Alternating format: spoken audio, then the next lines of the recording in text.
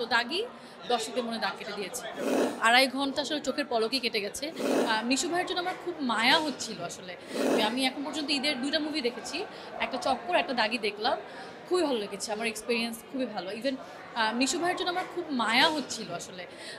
আমার মনে হচ্ছিল নিশু ভাইয়াকে আমি দেখছিলাম না। আমি সত্যি একটা ক্যারেক্টার দেখছি যে হচ্ছে নিশান। আর নিশানের সত্যি এরকম কাহিনী চলছে। সো মনে হচ্ছিল যে আহারে ওর জীবনে আসলেই কেউ হলো না, আহারে ও যদি এই কাজটা না করতো তাহলে তো ওকে বিয়ে করতে পারতো। মানে খুব মায়া হচ্ছিল। আমি প্রিমিয়ার শেষেও আমি নিশু ভাইকে এই কথা বলেছি যে নিশু ভাই আমার আপনার জন্য খুব মায়া হচ্ছিল। সো এইটাই আসলে একজন অ্যাক্ট্রেসদের জন্য এটাই আসলে পাওয়া যে দর্শকদের মনে দাগ কেটে দেওয়া। সো দাগি দর্শকদের মনে দাগ কেটে দিয়েছে। দর্শকদের আর্টিস্টদের প্রতি অনেক প্রত্যাশা থাকে, অনেক রকমের অনেক প্রত্যাশা থাকে। মানে এক্সপেকটেশন তো আমরা ফুলফিল করতে পারবো না সবসময়। এখন আমাদের কাছে একটা মানে যেমন নিশু ভাইয়া he is a great performer. সে সুরঙ্গতে একরকম পারফর্ম করেছে, এখন একরকম দার্গিতে করেছে। দুটো কিন্তু একদম আলাদা করা যায়। সুরঙ্গর যে চরিত্র ছিল আর দাগির যেই চরিত্র দুটাই খুবই ডিফারেন্ট আমি বলবো। আর নিশু ভাইয়া খুবই ভালো পারফর্ম করছে।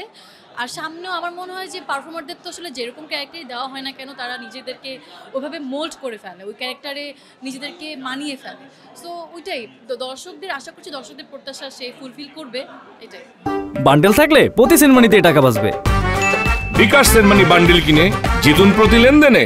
এটা তো আমি ফুললি সাপোর্ট করি। এটা তার থেকে আমি বলবো আমাদের শেখার আছে, অনেক কিছু শেখার আছে। কারণ আমাদের তো আসলে অনেক রকম যে স্ক্রিপ্ট আসে বা কাজ করলেই তো আসলে স্ক্রিনে দেখাবে, মানুষজনের পপুলারিটি বেড়ে যাবে, মানুষজনের ভালোবাসা পাবো।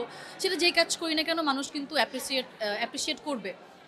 কিন্তু আমাদের বেছে নিতে হবে যে আসলে আমরা কোনটা করবো। তো নিশু ভাইয়ার এই ডিসিশনটা আমার মনে হয় ইটস পারফেক্ট। কারণ সে তো এখন সিনেমা করছে, তো সিনেমাতে আসলে একটা সিনেমা যখন অনেক ভালো যায় এরপরে তার জন্য একটা চ্যালেঞ্জ হয়ে দাঁড়ায় যে এরপরে সিনেমাতে সে আরও কী দিচ্ছে, আরও ডিফারেন্ট কিছু দিতে পারবে কি না। সো ওই জায়গা থেকে নিশু ভাইয়া আমার মনে হয় যে তার যে সিদ্ধান্তে আছে এটাই ভালো। আর আর্টিস্টদের একটু আর্টিস্টদের মতোই থাকতে দেওয়া উচিত। তারা আসলে মনের বিরুদ্ধে গিয়ে কোনো কিছু করতে পারে না, করা সম্ভব না। খুবই সাইলেন্ট অ্যাক্টিং, খুবই সাইলেন্ট এক্সপ্রেশন, খুবই ভালো লেগেছে আসলে। এটা করে বলার আসলে আর কি নতুন করে কিছু নেই। ভাইয়া তো সবসময় ভালো করে, আর এখানেও খুবই ভালো করেছে। ২.৫ ঘন্টা আসলে চোখের পলকেই কেটে গেছে। শুধু নিশু ভাইয়া না, আরও যারা ক্যারেক্টার ছিল, অপু ভাইয়া বিশেষ করে লাস্ট পর্যন্ত সমানে অ্যাক্টিং করে গেছে। তো আসলে এটা খুবই ভালো, অ্যামেজিং।